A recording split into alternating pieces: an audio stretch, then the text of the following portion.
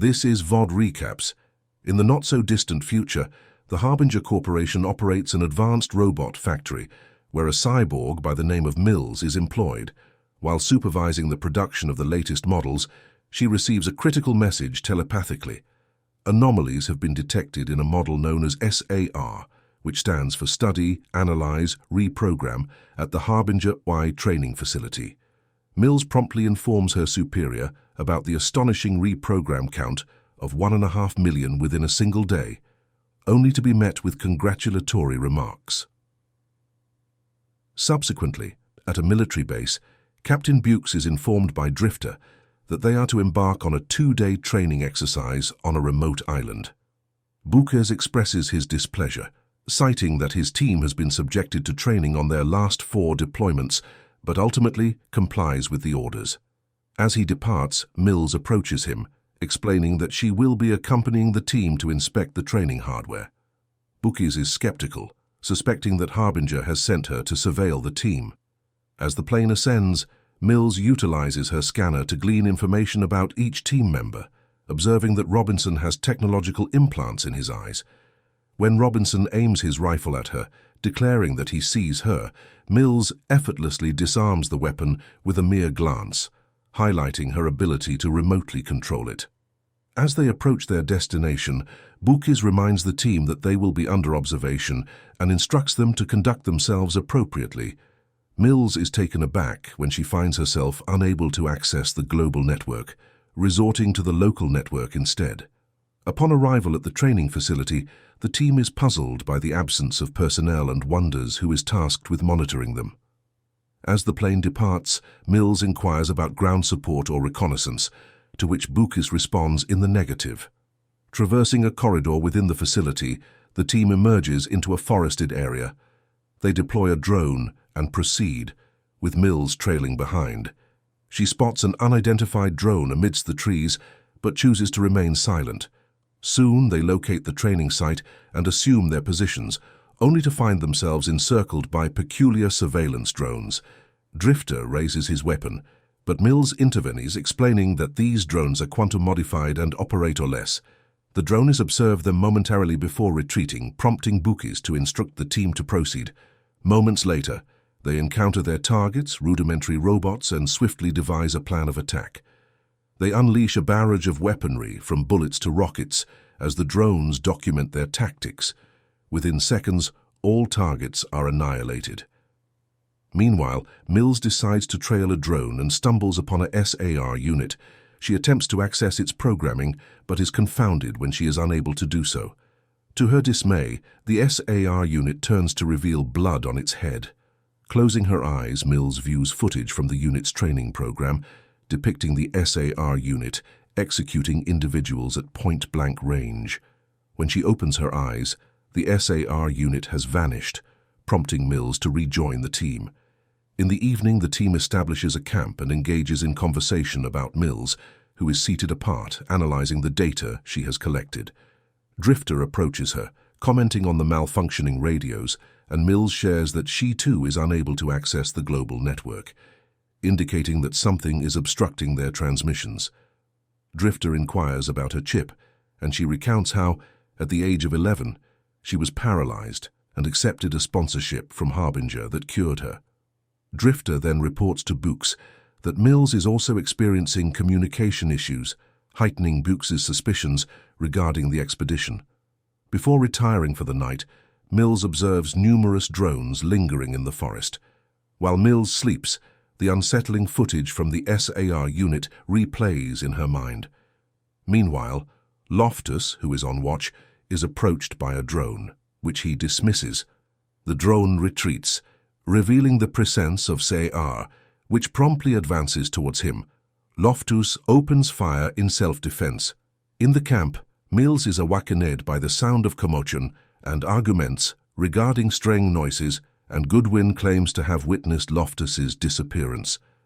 The team ventures into the forest in search of Loftus, and by morning they discover traces of blood on the grass. Following this lead, they are horrified to find Loftus's lifeless body propped against a tree. The group assumes a defensive stance as Mills scans the area, realizing that they are at the same location where they had engaged their targets the previous day. A drone appears momentarily before departing, and suddenly a shot rings out, felling one of the soldiers. A contingent of robots emerges from the forest, mirroring the team's previous positions, and opens fire. The team scrambles for cover behind trees, and fortunately, no one is injured. When the firing ceases, the soldiers deploy smoke grenades and retreat under the cover of the ensuing fog. The robots resume firing, and the soldiers return fire as they flee. Bukes, however, takes an alternate route to flank the machines. In the imminent future, the Harbinger Corporation operates an exceedingly advanced robot factory where a cyborg by the name of Mills is employed. While supervising the latest models, she receives a crucial message telepathically. Anomalies have been detected in a model known as SAR, which stands for Study, Analyze, Reprogram at the Harbinger Y training facility. Mills promptly reports to her superior about a staggering reprogram count of 1.5 million within a single day, only to be met with congratulatory remarks. Subsequently, at a military base, Captain Bukes is informed by Drifter that they are to embark on a 2-day training exercise on a remote island. Bukes expresses his displeasure given that his team has undergone training on their last 4 outings, however he complies. As he departs, Mills approaches him, explaining her presence on the mission to inspect the training hardware. Bukes is skeptical, suspecting Harbinger sent her to surveil the team. As the plane ascends, Mills scans each team member, noting Robinson's technologically enhanced eyes. When Robinson playfully aims his rifle at her, she disarms it with a mere glance, demonstrating her ability to remotely control weaponry. Upon nearing their destination, Bukes reminds the team that they are under observation and must conduct themselves accordingly.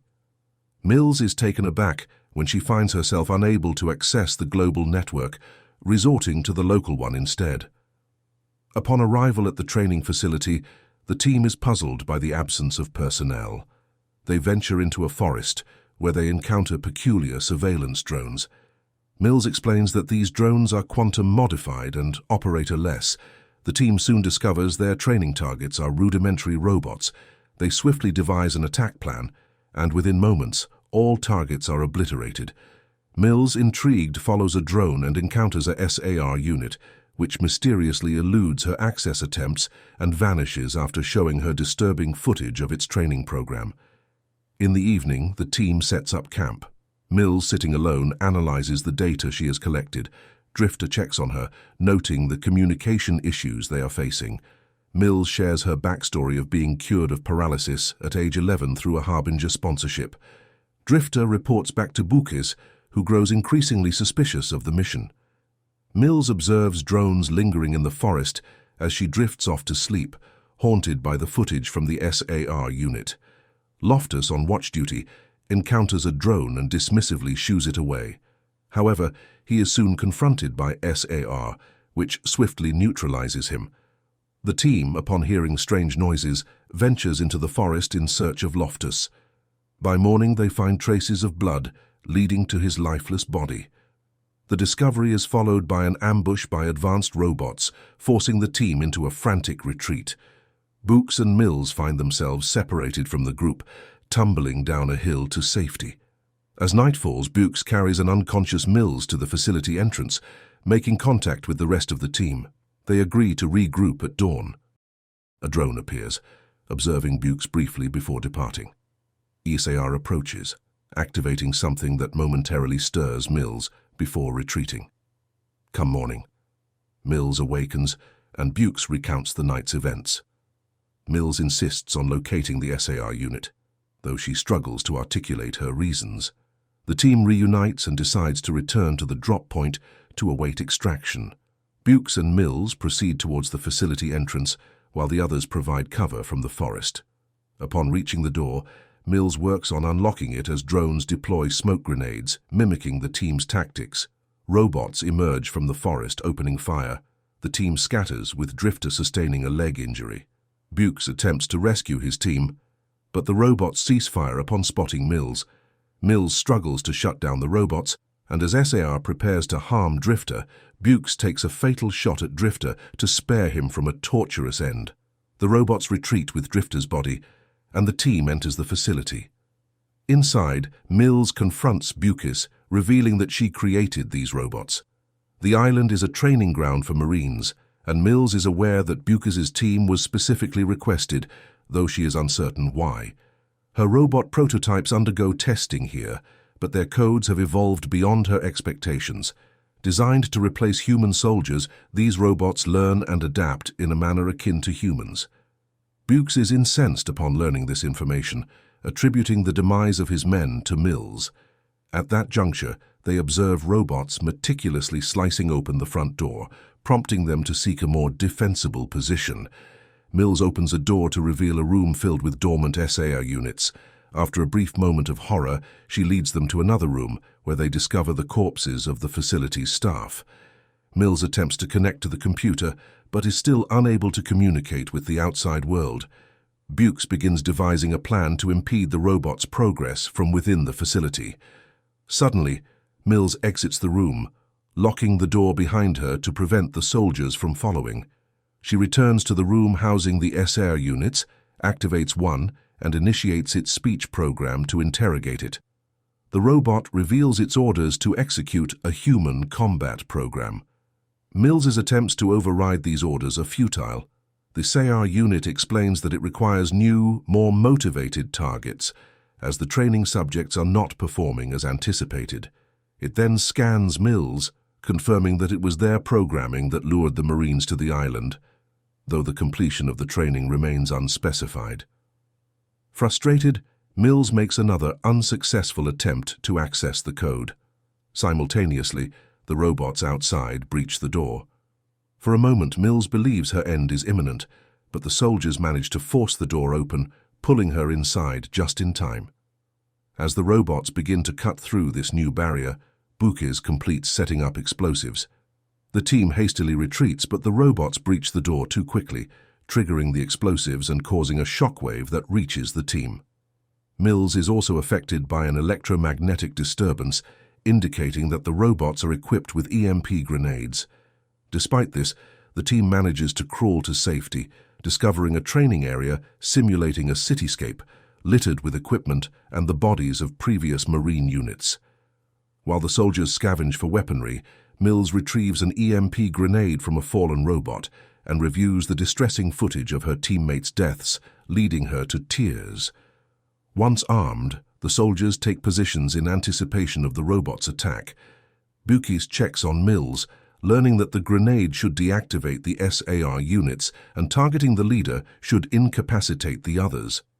However, the grenade's range is limited, necessitating a detonator. Mills explains that they have been spared thus far because the robots sought to extract more training data from them. Bukes notes that the grenade may also harm Mills, but she asserts it is their only option. The team spends a restless night awaiting an attack, which only commences at dawn.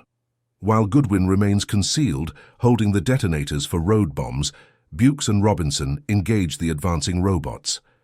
Mills directs Goodwin to activate the first set of bombs, successfully eliminating several adversaries. The battle intensifies, with Robinson being fatally shot and Goodwin and Bukes seeking refuge behind a wall. Realizing they have dropped the last detonator, Bukes ventures out again, drawing fire from the robots. Mills appears beside him, retrieving the detonator, and her presence momentarily halts the gunfire. The robots advance, and the pair retreats, guiding them towards the grenadiers' location. A robot shoots Mills in the shoulder, and as Bukes catches her, she activates the EMP grenade. The robots collapse while Mills, though alive, malfunctions. Unexpectedly, SAR recovers and pursues them. Bukes brings Mills inside a building, and once she regains mobility, Bukes instructs her to flee while he holds the stairs, firing at the robot. An enervated Mills crawls to find Robinson's body as Bukes exhausts his ammunition and is thrown into the room by SAR.